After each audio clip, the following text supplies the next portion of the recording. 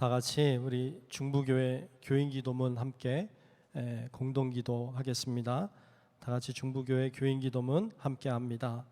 혹 내가 하늘을 닫고 비를 내리지 아니하거나 혹 메뚜기들에게 토산을 먹게 하거나 혹 전염병이 내 백성 가운데 유행하게 할 때에 내 이름으로 일컫는 내 백성이 그들의 악한 길에서 떠나 스스로 낮추고 기도하여 내 얼굴을 찾으면 내가 하늘에서 듣고 그들의 죄를 사하고 그들의 땅을 고칠지라.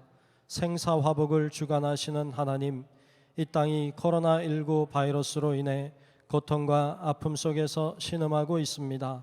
주여 우리를 불쌍히 여겨 주시옵소서. 먼저 우리의 더러운 죄악을 용서해 주시옵소서. 우리가 죄악 속에 살아왔음을 고백합니다. 거룩하라고 하셨지만 거룩하지 못했고 사랑하라고 하셨지만 사랑하지 못했습니다. 불의하고 죄로 가득한 사회를 보면서도 용납하고 때론 눈 감고 살아왔음을 회개합니다. 우리를 불쌍히 여기사 용서해 주시옵소서. 코로나19 바이러스로 인해 병든 이들을 치유해 주시고 고통과 두려움과 우울함 속에 있는 주의 자녀들에게 용기를 허락해 주시옵소서. 이 바이러스와 싸우는 지도자들과 의료진에게 지혜와 용기를 주셔서 지치지 않게 하시고 잘 인도하게 하여 주시옵소서. 이 악한 바이러스의 세력이 속히 물러가게 하시고 정치, 경제, 사회, 문화 모든 분야에 있어서 이 땅이 안정되게 회복시켜 주시옵소서. 보통의 평범한 삶이 복임을 알게 하시고 주님의 은혜 속에 살아왔음을 깨닫게 하여 주시옵소서. 하나님이 세우신 교회들을 보호하시고 우리 중부교회도 지켜주시옵소서.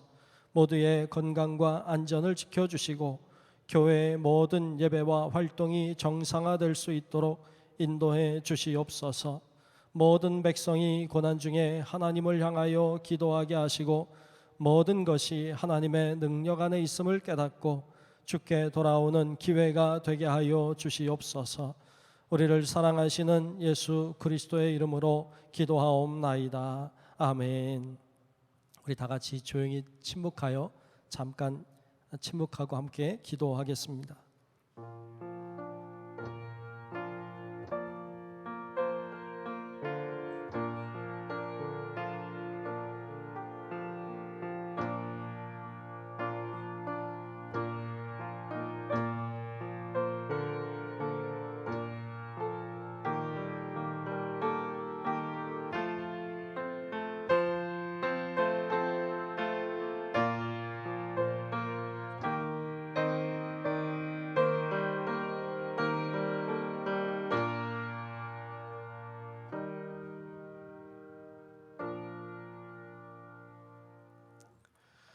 다 같이 찬송가 123장 저들밖에 우리 함께 찬송 부르겠습니다.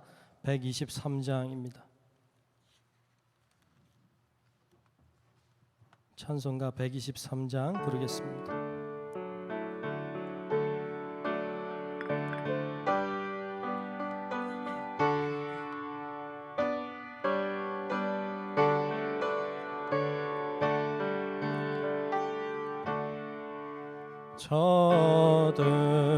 저들밖에 한밤중에 양틈에 자던 목자들 천사들이 전하여 준 주나신 소식 들었네. 노엘 노엘 노엘 노엘 이스라엘 왕이 나셨네. 저 동방에 별 하나가 이상한 빛을 비추어 이 땅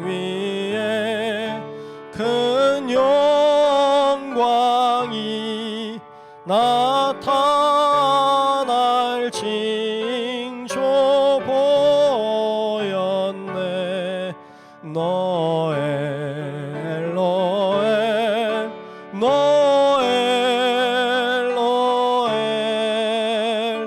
이스라엘 왕이 나셨네. 그 한별이 베들레헴 향하여 바로 가더니 아기 예수 누신 집 그 위에 오자 멈췄네. 노엘 노엘 노엘 노엘 이스라엘 왕이 나셨네. 저 동방에 박사들이 새 아기 보고 절하고 그 법의 합다 열어서 세 가지의 물들였네. 노엘 노엘 노엘 노엘 이스라엘 왕이 나셨네.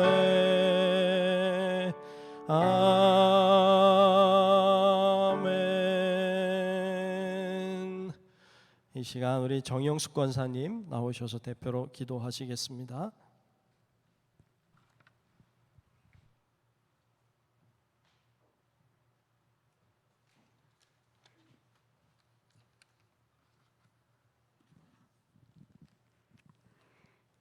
사랑해 주님 감사합니다. 온 세계 사람이 보이지도 않는 바이러스로 떨고 있는 지금 소소의 인원이 모여 또한 영상으로 예배 드릴 수 있음을 감사드립니다.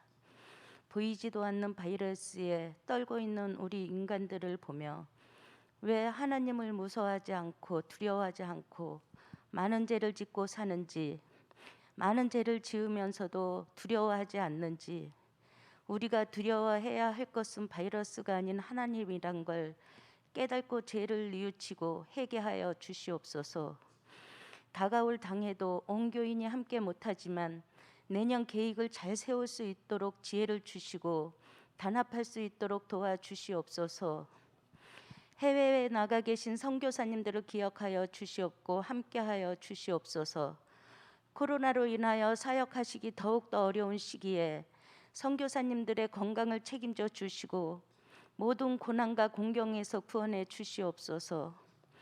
이 시간 말씀을 전하실 귀하신 목사님, 주님께서 함께하여 주시옵고 특히 건강으로 지켜 주시옵소서. 말씀을 전하실 때에 그 말씀이 저희에게 죽어가는 심령들에게 생명의 말씀으로 은혜가 넘치고 성령이 충만하게 하옵소서. 말씀 듣는 우리가 배우고 깨우치게 하여 주시옵소서.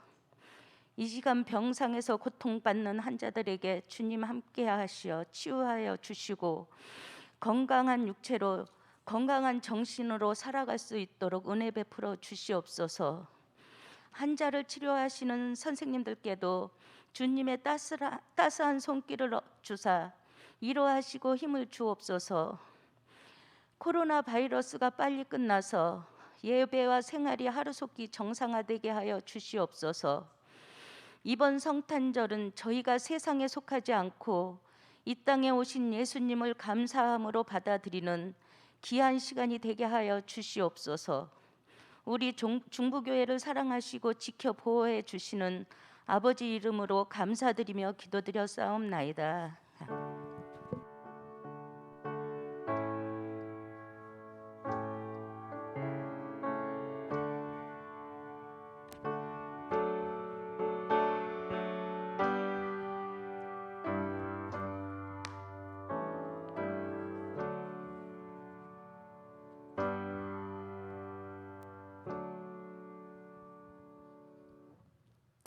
네, 오늘 주시는 말씀을 보겠습니다. 오늘 말씀은 야고보서 4장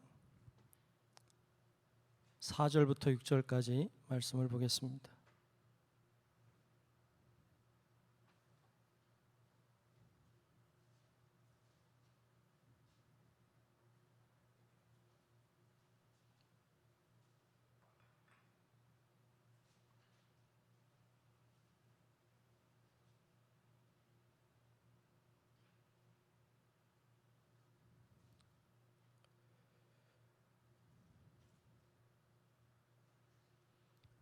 야고보서 4장 4절부터 6절까지 말씀입니다.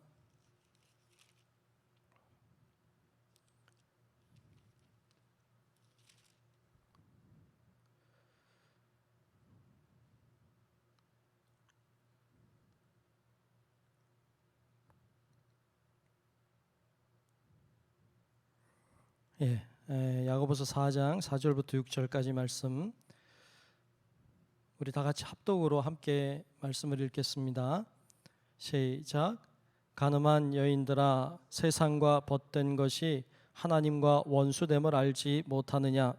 그런즉 누구든지 세상과 벗이 되고자 하는 자는 스스로 하나님과 원수되는 것이니라. 너희는 하나님이 우리 속에 거하게 하신 성령이 시기하기까지 사모한다 하신 말씀을 헛된 줄로 생각하느냐?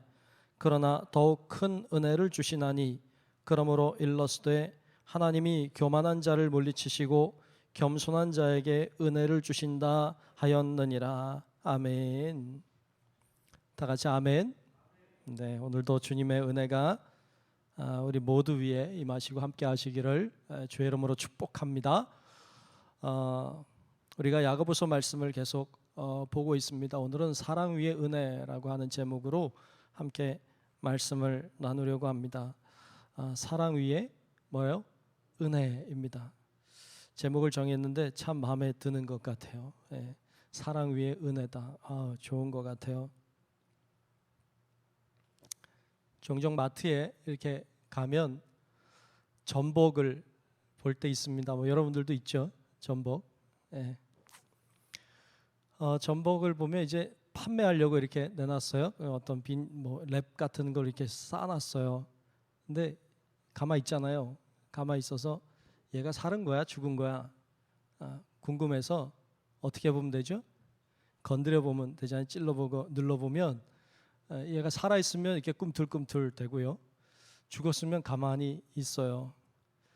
이게 살았는지 죽었는지 보려면 눌러보면 알아요. 눌러보면 움직이면 사는 거고 안 움직이면 죽은 거예요. 이렇게 눌러보면 확인이 되는 거죠. 우리의 믿음도 이렇게 눌러볼 필요가 있어요. 눌러봤을 때 살아있으면 꿈틀대요. 움직여요. 살아있으니까. 우리 믿음이 죽었다면 눌러도 아무 반응이 없죠. 반응이 없으면 우리 믿음은 죽었을지 모릅니다. 야고보서 말씀은 우리에게 계속 믿음을 가져라. 근데 그 믿음이 살아있는 믿음을 가져라 라고 계속해서 우리들에게 강조하고 또 강조하고 있습니다. 요즘에 코로나 바이러스 때문에 우리가 좀 어려운 상황을 지나가고 있습니다만 여러분 이 코로나 바이러스라고 하는 것도 어찌 보면 하나님이 우리를 이렇게 눌러보시는 거죠. 확인해 보는 거예요. 눌러봐서 우리가 살아있으면 꿈틀꿈틀대고 뭔가 역사하고 일어나겠지만 이런 바이러스의 사태가 우리들에게 다가왔는데도 우리가 여전히 아무런 반응을 보일 줄 모르고 하나님 앞에 갈 줄도 모르고 여전히 그렇게 죄악 속에 살아가고 있다면 우리는 여전히 죽은 믿음을 가지고 살아가고 있는 것일지도 모릅니다. 그래서 이런 것들이 우리를 자꾸 찔러보게 되는 거죠.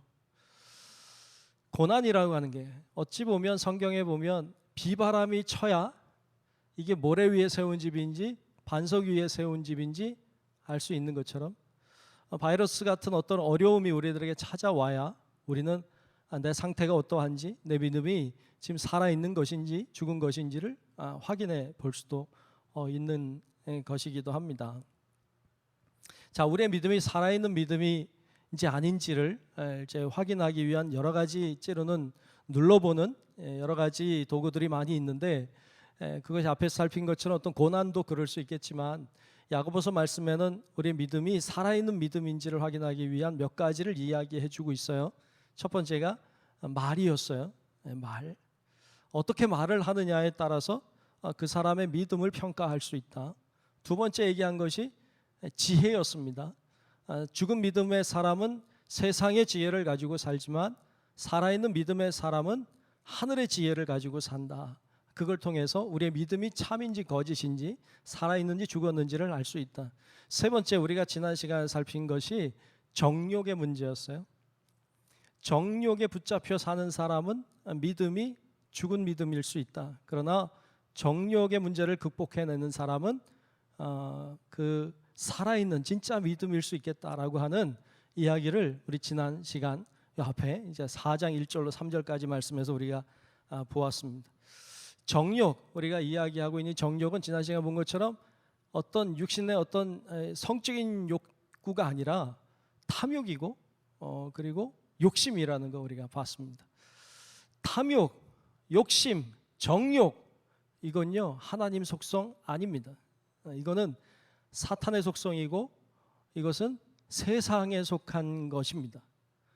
그래서 우리가 세상을 살지만 탐욕을 가지고 살고 정욕에 붙잡혀 살면 우리는 하나님께 속한 자가 아닐 수 있습니다. 그 하나님의 속성이 아니기 때문이죠. 우리가 정욕에 탐욕에 휩싸여 있다면 우리는 세상에 속한 자일 수 있다는 사실을 성경은 우리들에게 이야기하고 있습니다. 자, 하나님은 욕심이 없기 때문에 그래요. 하나님은 탐욕이 없어요. 하나님은 부족함이 없어요. 그래서 하나님은 욕심을 부리지 않아요. 인간이 욕심을 부린다고 하는 건 하나님께 속한 자가 아닐 수 있죠. 결국 이 욕심이라고 하는 것이 죄를 낳고 죄가 사망을 가져오기 때문에 이건 분명하게 사탄의 역사라고 하는 것입니다. 이건 믿음이 없는 증거일 수도 있어요. 자, 그래서 오늘 본문 4절은 이렇게 시작하고 있습니다.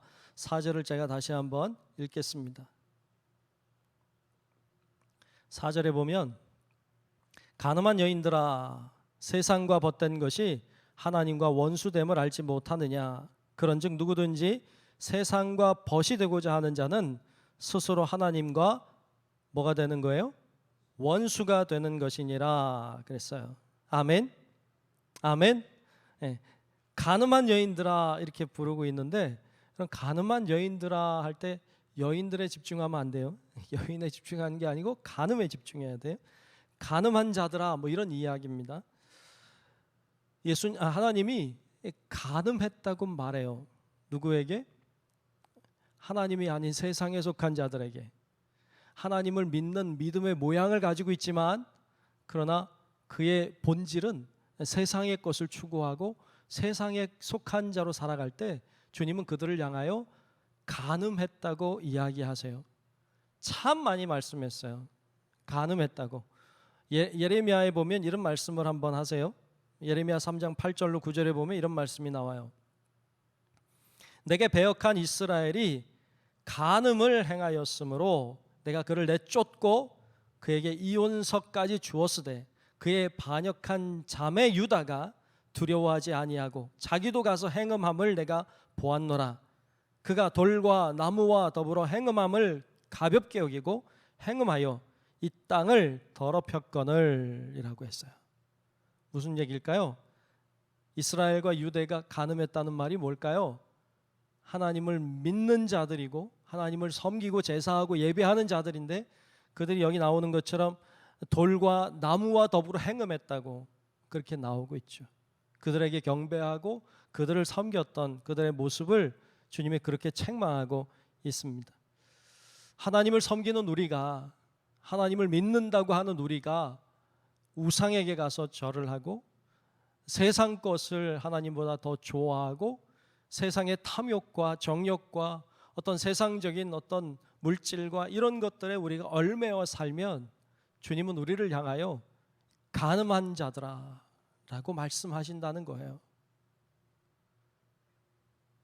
우리가 교회 다니고 예수 믿는다고 하면서도 여전히 그런 모습으로 살아갈 때 주님은 우리를 그렇게 부르신다는 것입니다. 우리가 하나님을 사랑하고 믿는다고 하면서 진짜 겉으로는 그런데 진짜 속으로, 저는 진짜 뒤로는 우상을 좋아하고 세상적인 쾌락과 즐거움과 세상적인 어떤 것들을 너무 좋아하고 있다면 그것을 주님은 영적인 간음이라고, 간음한 사람들이라고 그렇게 평가하시고, 그것을 오늘 말씀에서는 세상과 벗이 되었다, 세상의 친구가 되었다라고 이야기하고 있습니다. 세상의 친구가 된 사람은 오늘 본문은 하나님과는 원수가 된 자라고 이야기하고 있어요. 성경에 보면 중간이 없는 거예요. 중간이 없어요. 요거 아니면 이거예요. 이거 아니면 저것. 중간이 없어요. 천국 아니면 지옥이에요. 믿는 거 아니면 안 믿는 거지. 중간이 없어요. 중간. 그렇죠? 믿는 것과 안 믿는 것 사이는 뭐예요? 천국과 지옥 사이는 뭐가 있어요? 그런 건 없어요. 천국 아니면 지옥, 이거 아니면 저거, 하나님께 속한 자 아니면 사탄에게 속한 자, 세상에 속한 자, 이렇게 둘로 딱 구분을 해놓고 있는 광경을 너무 많이 볼 수 있어요. 둘 중에 하나예요. 예수님이 말씀하셨어요. 제자들을 부를 때 나를 따라오너라 그러셨어요. 나를 따라오너라 하면 둘 중에 하나로 나뉘어져요. 따라가는 자와 따라가지 않는 자. 중간이 있나요? 멀리서 따라가나요? 그런 거 없어요. 따라가느냐 따라가지 않느냐, 둘 중에 하나만 있는 거예요. 예수를 믿는 사람은요, 믿는 것이고요, 나머지는 안 믿는 거예요. 딱 둘로 딱 나뉘어지는 것을 봅니다. 중간에서 머뭇하는 자들이 있어요. 머뭇하는 자들을 향하여 예수님은 이렇게 말씀하시죠. 누가복음 9장 62절에 보면 이렇게 말씀하셨어요. 예수께서 이르실 때 손에 쟁기를 잡고 뒤를 돌아보는 자는 하나님의 나라에 합당하지 아니하니라. 아멘. 아멘. 쟁기를 잡고 뒤를 돌아보는 자는 하나님의 나라에 합당하지 않다 그러셨어요. 그래서 우리가 예수를 믿는 자니까 확실하게 하나님을 의지하고 하나님을 붙잡고 그 안에 속해서 그 안에서의 삶을 살아가는 성도 여러분들이 되시기를 주의 이름으로 축복합니다. 아멘. 그래야 합니다. 하나님은 우리들에게 결단을 요구하세요.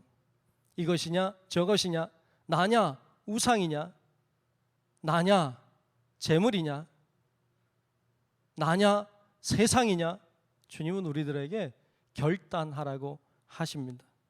둘 중에 하나를 택하라고 하는 것이에요. 이것이냐 저것이냐, 그 중간은 없음을 이야기하고 있습니다. 이게 하나님을 믿는다고 하는 자는 이 도전 앞에 서 있는 것이고요, 이 도전 앞에서 하나님을 따르기로 결단한 사람들, 그 사람이 예수를 믿는 사람이고 그 사람이 믿음을 소유한 자들인 것이죠. 좀 희한한 사람들은 하나님도 믿고 부처님도 믿고 양다리라고 그러죠. 양다리 걸쳐가지고 둘 중에 하나가 나 복 주면 된다 이렇게 생각하고 하나님 앞에도 기도하고 부처님한테도 기도하고, 이건요 안 믿는 거예요. 이건 마치 이런 것과 같아요. 나는 우리 아내도 좋고 이웃집 여자도 좋고 이건요 아내를 사랑하지 않는 거예요. 이거는 아내와 함께 하는 게 아닌 것과 똑같이 있을 수 없는 일인 것처럼 하나님과 다른 것을 함께 사랑하는 일은 있을 수가 없어요. 하나님을 좋아하고 돈을 좋아하고 난 둘 다를 가지겠다, 그런 거 없어요. 하나를 선택해야 될 기점이 반드시 올 거예요. 그때 선택을 잘 하셔야 돼요. 마태복음 6장 24절에 예수님이 이렇게 말씀하세요. 한 사람이 두 주인을 섬기지 못할 것이니 혹 이를 미워하고 저를 사랑하거나 혹 이를 중히 여기고 저를 경히 여김이라. 너희가 하나님과 재물을 겸하여 섬기지 못하느니라 라고 하셨습니다. 그럴 날이 올 거예요. 둘 중에 하나를 선택할 수밖에 없는 상황, 주님은 그런 상황을 만드십니다. 그리고 주님은 어떻게 하나 보십니다. 좋은 신앙의 태도를 보여주셔야 합니다. 여러분들의 믿음을 잘 보여주셔야 돼요. 본문에도 세상의 벗이 될 것인가 아니면 하나님의 벗이 될 것인가 이거를 정하라고 촉구하고 있습니다. 하나님의 벗이 된 사람은 세상의 것을 즐기지 않습니다. 세상의 것에 정욕을 부리지 않아요. 세상의 것을 지나치게 좋아하지 않습니다. 왜냐하면 세상보다 훨씬 큰 하나님을 알기 때문이에요. 정말 크신 하나님, 그분을 정말 알면 세상의 것이 아무것도 아니라는 걸 너무나도 뼈저리게 알게 됩니다. 그런데 정말 하나님을 만나지 못한 사람은 세상의 것을 포기하지 못합니다. 사도 바울은 세상의 것을 배설물처럼 여긴다 그랬어요. 말씀에 보면 빌립보서 3장 7절과 8절에 보면 바울이 이렇게 고백하죠. 그러나 무엇이든지 내게 유익하던 것을 내가 그리스도를 위하여 다 해로 여길 뿐더러 또한 모든 것을 해로 여김은 내 주 그리스도 예수를 아는 지식이 가장 고상하기 때문이라. 내가 그를 위하여 모든 것을 잃어버리고 배설물로 여김은 그리스도를 얻고라고 했습니다. 그는 정말 주님을 만난 사람이에요. 뭘 보면 알아요? 세상의 것이 배설물처럼 느껴지는 거예요. 정말 주님을 만나본 사람은 무슨 말인지 알아요. 그런데 안 만나본 사람은요, 무슨 말인지 몰라요. 정말 소중한 것을, 정말 가치 있는 것을 만난 사람은요, 덜 가치 있는 걸 중요하게 여기지 않아요. 바울은 주님을 만난 사람이에요. 그래서 다른 자기의 모든 자랑거리들, 자기가 소유한 모든 것들을 다 배설물처럼 버렸어요. 그걸 통해서 그가 정욕에 붙잡혀 있는 사람이 아니라 정말로 하나님을 믿고 의지하는 사람이라는 걸 알 수 있는 것이죠. 반면에 마태복음 19장에 보면 부자 청년 이야기 나와요. 예수님께 오죠. 그리고 질문하죠. 어떻게 해야 영생을 얻을 수 있습니까? 라고 물어요. 이 사람의 관심이 마치 영생에 있는 것 같이 보여요. 굉장히 영적인 사람인 것처럼 보여요. 그래서 예수님이 계명을 다 지키라고 했죠. 그랬더니 자기가 어릴 때부터 계명을 알고 다 지켰다는 거예요. 여러분, 계명을 다 지킨다는 거 보통 어려운 거 아니에요. 참 힘든 일이에요. 그런데 이 사람이 어릴 때부터 계명을 다 지켜왔다는 거예요. 이 사람은 보통 경건한 사람이 아니에요. 이 사람은 굉장히 영적인 사람인 것처럼 보이고 모든 걸 다 지킨 걸 보니까 굉장히 성실하고 신실한 성도처럼 보여요. 그때 주님이 한 가지 중요한 이야기를 하시죠. 그 이야기가 마태복음 19장 21절에 나오는데 이렇게 말씀하시죠. 예수께서 이르시되 내가 온전하고자 할진대 가서 내 소유를 팔아 가난한 자들에게 주라. 그리하면 하늘에서 보화가 내게 있으리라. 그리고 와서 나를 따르라 하시니. 소유를 다 팔아 가난한 자들을 나눠주래요. 쉬웠을까요? 여러분 하라 그러면 할 수 있을 것 같아요? 쉽지 않잖아요. 쉽지 않죠. 이 사람은 부자였어요. 이 청년이 고민을 하죠. 그리고 이렇게 했다고 나오죠. 그 다음 절 마태복음 10장 22절에 보면 그 청년이 재물이 많음으로 이 말씀을 듣고 근심하며 가니라. 이 청년이 선택한 건 영생이 아니었어요.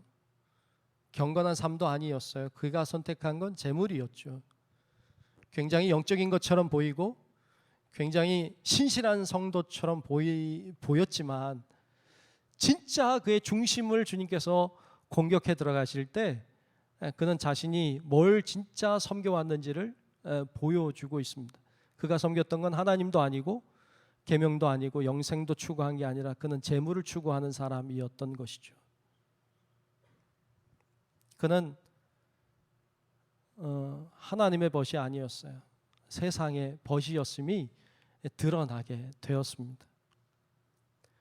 종종 우리도 이런 기로에 설 때가 있습니다. 교회 다니고 신앙생활 할 때에도 그런 기로에 서곤 할 때가 있어요. 우리가 지금 이제 성탄절도 맞이하고 이랬는데 성탄절 되면 또 성탄 헌금도 해야 되고 뭐 할 헌금들이 좀 있잖아요. 뭐 신년 헌금도 해야 되고 뭐 이러지 않나요? 얼마를 해야 되나 이런 게 고민이 되기도 하고, 하나님 앞에 어떻게 예물을 드려야 될 것인지도 고민이 되기도 하고, 뭐 돈 벌러 가야 되는 일들이 주일에 생기기도 하고, 뭐 이런 여러 가지 기로에 서게 되는 때가 사실 있습니다. 뭘 선택하고 계십니까? 좀 안타까운 마음이 많이 들 때가 사실 있습니다. 좀 과감하게 하나님의 편에 설 수는 없을까? 좀 정말 앞뒤 안 가리고 하나님의 편에 서면 어떨까? 그럼 하나님이 버리실까? 하나님이 책임지시지 않을까? 좀 그런 믿음을 가지면 얼마나 좋을까? 이런 안타까운 마음이 사실 들 때가 있습니다.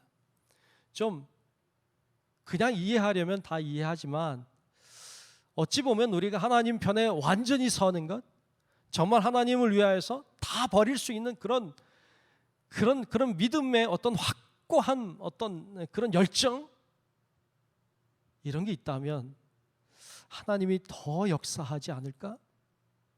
이런 마음 말이죠. 어찌 보면 우리가 그런 어떤 확고한 하나님 편에 서는 이런 믿음을 보여주지 않으니까, 그러니까 하나님의 역사도 점점 사라지고 있는 것은 아닐까, 이런 고민을 할 때가 사실 많습니다. 여러분, 우리가 고민을 잘 했으면 좋겠습니다. 이 부자 청년은 굉장히 믿음에 좋은 것처럼 보였지만 사실은 믿음이 없는 사람이었던 걸 보여주고 있고, 이 사람은 실패한 사람이 되고 말았습니다. 정욕에 무너지고 만 것이죠. 이처럼 하나님과 그의 말씀이 아니라 내 생각과 내 정욕과 어떤 세상적인 어떤 욕심과 이런 것들이 가득하다면 우리는 하나님을 사랑하는 사람이 아니라 세상을 사랑하는 사람일 가능성이 굉장히 높다는 사실을 오늘 말씀을 통해서 우리들에게 깨우쳐 주고 있습니다. 여러분, 우리 성도 여러분들이 이 세상을 살아가는 게 사실 쉽지 않지만 그럼에도 불구하고 하나님을 의지할 줄 알고, 그럼에도 불구하고 내가 하나님을 의지할 때 하나님이 나를 붙들어 주신다고 하는 이 믿음을 놓지 않고 하나님 앞에 진짜 신실하고 정직하게 나아가서 정말 믿음을 가지고 있는 자가 승리하는 것을 세상 만방에 보여주며 그렇게 멋있게 믿음의 길을 걸어가는 우리 성도 여러분들이 다 될 수 있기를 우리 주님의 이름으로 축복합니다. 아멘. 그리고 이어서 오늘 본문 말씀에 보면 본문 5절에 이렇게 말씀하고 있습니다. 5절을 제가 보겠습니다. 너희는 하나님이 우리 속에 거하게 하신 성령이 시기하기까지 사모한다 하신 말씀을 헛된 줄로 생각하느냐. 무슨 말씀이에요 이게? 좀 어려워요. 사실 이 말씀이 좀 난해한 구절 중에 사실 하나인데, 새 번역 성경에 보면 보기 전에 여기 보면 이제 성령이 시기하신다 그랬는데, 여러분 성령은 시기 안 해요. 여기 성령은 성령님이라기보다는 우리 안에 있는 영이에요. 우리의 영. 이 말씀 좀 어려워요. 좀 다른 번역서를 보니까, 새 번역 성경을 보니까 조금 더 쉽게 돼 있어요. 새 번역 성경을 제가 보겠습니다. 하나님께서는 우리 안에 살게 하신 그 영을 질투하실 정도로 그리워하신다라는 성경 말씀을 여러분은 헛된 것으로 생각합니까? 이렇게 묻고 있어요. 무슨 말인가 하면 하나님이 우리를 만드실 때 육신을 만드셨고 우리 안에 영을 만드셨어요. 그래서 우리 안에 육신과 영이 함께 붙어서 살고 있잖아요. 육신과 영이 함께 붙어서 살고 있는데, 이 붙어 살고 있는 이게 하나님 보실 때 뭐라 그래? 시기가 난단 말이죠. 이게 말이 되는지 모르겠지만 이 육신과 영이 너무 친밀하니까 하나님이 시기가 날 정도다 라는 얘기예요. 무슨 얘기인가 하면 그 정도로 우리를 좋아한다는 말이에요. 그만큼 우리를 사랑한다는 말이에요. 우리의 육신과 영이 친밀한 거, 이 친밀한 것보다도 주님은 우리와 더 친밀하고 싶다는 거예요. 이해가 되시는가요? 네. 우리의 육신과 영이 완전히 지금 붙어 있잖아요. 분리되면 이제 죽음이잖아요. 근데 주님은 그것보다도 더 친밀해지고 싶으신 시기가 난단 말이죠. 참 표현이 참 멋있는 것 같아요. 주님은 우리를 사랑하십니다. 여러분 사랑하시는 걸 믿으시기를 축복합니다. 주님 정말 우리를 너무나 사랑하세요. 그 사랑을 표현할 때 지금 우리의 영과 육이 하나 되는 것을 시기 날 정도로 주님 우리를 그렇게 사랑하고 그리워하신다고 이야기하세요. 주님의 사랑을 제일 잘 보여주신 사건이 사실 성탄절이고 그리고 부활절이죠. 우리에게 보여주신 주님의 사랑이에요. 독생자 예수를 이 땅에 보내신 사건, 독생자 예수를 십자가에 못 박게 하신 사건. 여러분 뭘 위해 여러분 자녀 내줄 수 있어요? 뭘 위해 자녀를 내줄 수 있겠어요? 없잖아요. 세상 다 줘도 안 바꾸잖아요. 요즘엔 좀 바꿀 사람 있는 것도 같아요. 나쁜 부모도 많더라고요. 사실 없잖아요. 하나님이 자신의 아들을 내어주셨다고 하는 건 있을 수 없는 일이죠. 그런데 그분이 그만큼 우리를 얼마나 사랑하는지를 보여주시는 그 사랑의 절정이죠. 피크죠. 우리는 그 사랑을 받은 사람이에요. 예수를 믿는 사람은요, 그 사랑을 아는 사람이에요. 그분이 나를 얼마나 사랑하는지를 아는 사람이에요. 근데 그 사랑을 아는 사람들이 다른 사람 사랑할 줄 몰라요. 그 사랑을 아는 사람들이 주를 위해 조금 더 손해보고 싶어 하지 않아요. 그 아들을 희생하신 그 사랑을 받았으면서도 난 조금 더 희생하려 하지 않아요. 우리 믿음을 점검해 봐야 하는 거죠. 진짠가? 이 정도 손해보지 못한다면, 이 정도 희생하는 걸 아까워한다면 나는 정말 예수의 사람인가? 점검해 봐야 하는 것입니다. 이런 우리를 향해 하나님은 이렇게 말씀하십니다. 오늘 본문 6절인데요. 6절을 제가 읽겠습니다. 그러나 더욱 큰 은혜를 주시나니, 더욱 큰 은혜를 주시나니, 그러므로 일렀을 때 하나님이 교만한 자를 물리치시고 겸손한 자에게 은혜를 주신다 하였느니라. 아멘. 아멘. 하나님의 사랑은 너무 크고 반면에 인간의 사랑은 너무 부족한데 그래도 하나님이 은혜를 주십니다. 주님이 은혜를 주시긴 하는데 그냥 은혜가 있고 오늘 말씀에 나와 있는 대로 더욱 큰 은혜가 있다는 사실이에요. 더욱 큰 은혜는요, 그냥 은혜는요 다 주세요. 우리 다 은혜 속에 살잖아요. 그런데 더욱 큰 은혜는요 다 주지 않아요. 그게 오늘 말씀이에요. 누구에게 주시느냐? 겸손한 자에게 주신다 그랬어요. 자, 그럼 여기서 두 가지를 알아야 돼요. 첫째는 더욱 큰 은혜가 뭔가 하는 걸 알아야 돼요. 더욱 큰 은혜가 뭘까요? 사실 모든 게 다 은혜잖아요. 여러분 숨쉬고 사는 거 은혜죠. 오늘 아침에 일어난 것도 은혜죠.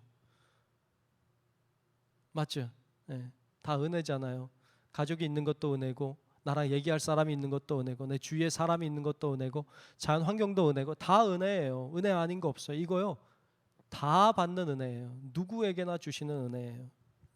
마태복음 5장 45절에 보면 그 은혜를 이렇게 표현했어요.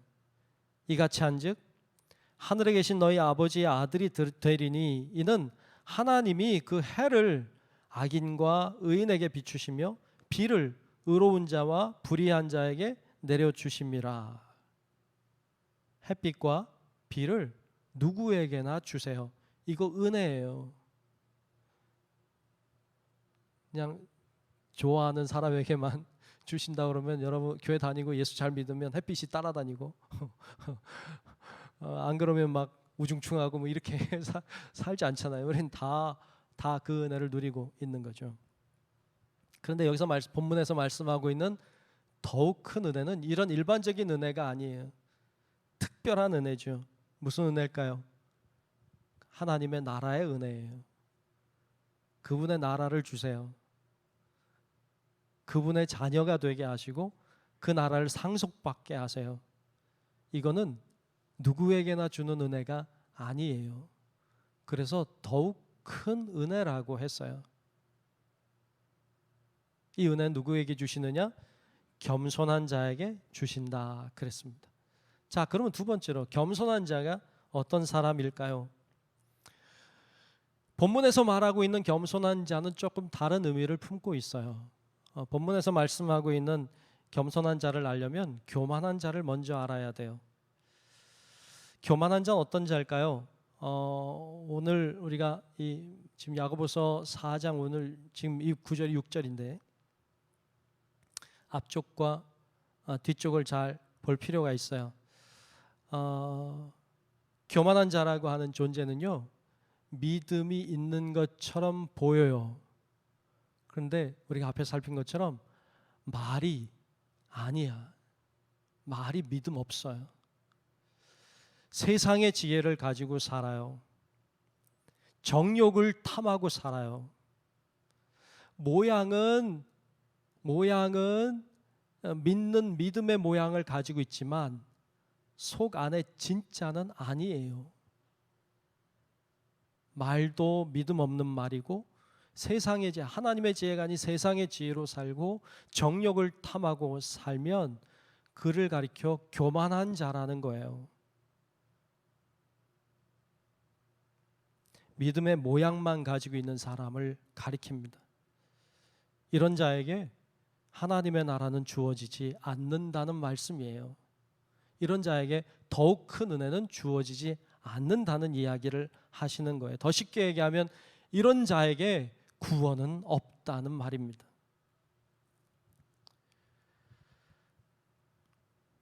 예수님이 이렇게 말씀하신 적이 있어요. 마태복음 7장 22절에 보면 그날에 많은 사람이 나더러 이르되 주여 주여 우리가 주의 이름으로 선지자 노릇하며 주의 이름으로 귀신을 쫓아내며 주의 이름으로 많은 권능을 행하지 아니하였나이까 하리니 그랬어요. 대단하죠. 주의 이름으로 선지자 노릇도 하고 주의 이름으로 귀신도 쫓아내고 주의 이름으로 많은 권능을 행해요. 이 정도면 대단한 거죠. 대단해요. 이 정도면 대단한 것 같은데 주님은 그 다음 절 23절에서 이렇게 말씀하세요. 그때에 내가 그들에게 밝히 말하되 내가 너희를 도무지 알지 못하니 불법을 행하는 자들아 내게서 떠나가라 하리라 그랬어요. 무서워요. 주의 이름으로 선지자 노릇하고 귀신 내쫓고 많은 권능을 행할 정도면 대단한데 주님은 모른다는 거예요. 이렇게 황당할 때가 어디 있을까요? 왜 그렇죠? 모양을 가지고 있지만 진짜가 아니기 때문이죠. 왜 이렇게 말씀하셨을까요? 이 마태복음에 나와 있는 이 말씀의 앞뒤를 보면 알 수 있는데 바로 앞인 21절에 이런 말씀이 나와요. 나더러 주여 주여 하는 자마다 다 천국에 들어갈 것이 아니요 다만 하늘에 계신 내 아버지의 뜻대로 행하는 자라야 들어가리라. 그러니까 주여라고 부르는 건 모양이에요. 그런데 행하는 건 속이죠. 중심이에요. 뭐가 중요하느냐? 겉모양이 중요한 게 아니고 믿음의 모양을 갖추는 게 중요한 게 아니라 그 안에 살아있는 믿음을 가지고 있는 게 중요하다는 말씀을 하고 계세요. 그래야 주님께 인정을 받게 되는 것입니다. 이렇게 속 안이 살아있는 믿음으로 되어 있는 자, 말이 정말 하나님의 말을 하듯이 하고 그리고 세상의 지혜가 아니라 하나님의 지혜를 가지고 살고 정욕에 붙잡힌 것이 아니라 하나님의 뜻대로 살아가는 자, 그들에게 하나님의 나라, 더욱 큰 은혜인 하나님의 나라가 주어지는 것이고 그들이 결국 구원을 받게 될 것을 성경은 분명하게 우리에게 말씀하고 있습니다. 이것이 중요합니다. 오늘 말씀도 야고보서 말씀에서 계속 강조하고 있는 것처럼 우리의 믿음이 진짜이냐 확인해봐라, 점검해라 라고 오늘도 말씀하고 계시고 여러 가지 이야기들을 통하여서 우리들에게 우리의 믿음을 점검하는 것에 대하여 가르쳐 주고 있습니다. 우리의 생각이 아니라 어떤 세상적인 정욕이 아니라 하나님의 말씀에 귀를 기울이고 그리고 하나님의 뜻을 따라 성실하고 신실하게 살아가는 우리 성도 여러분들 되셔서 여러분들이 정말로 하나님을 기쁘시게 하고 또 참된 믿음으로 올곧게 서서 구원받고 승리하는 우리 성도 여러분들이 다 되시기를 우리 주님의 이름으로 축원합니다. 기도하겠습니다.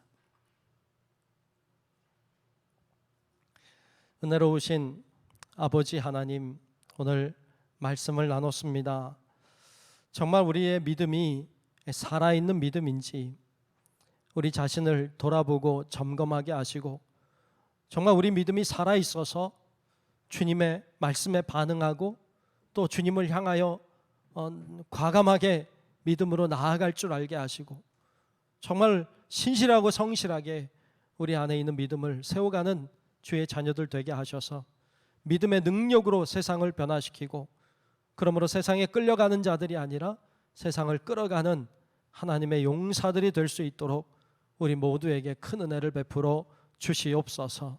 예수님 이름으로 간절히 기도하옵나이다. 아멘. 다 같이 찬송가 114장을 함께 부르겠습니다.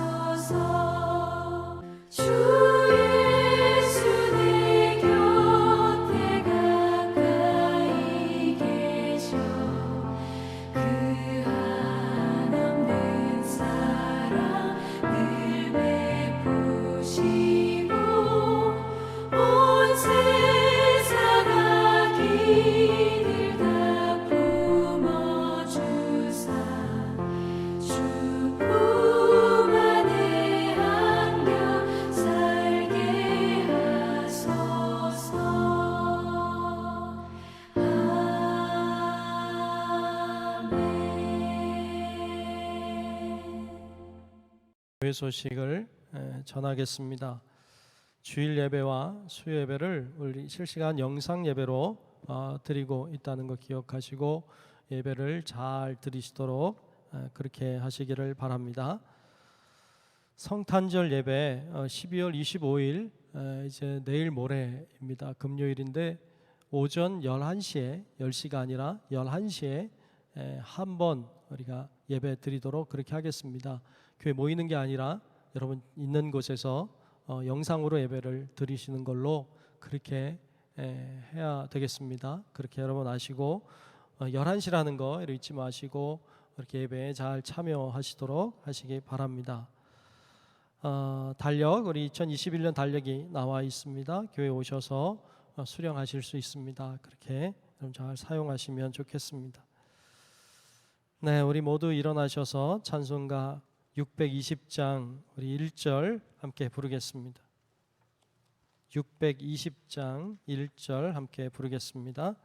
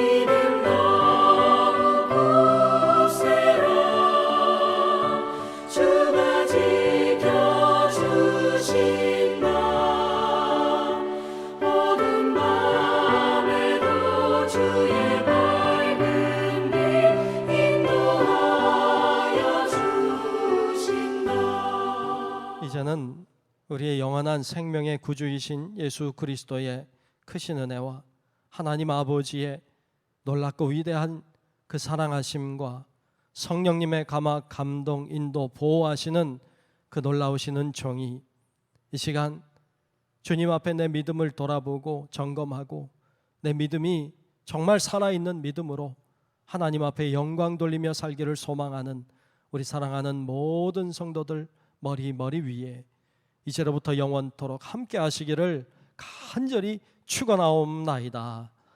아멘.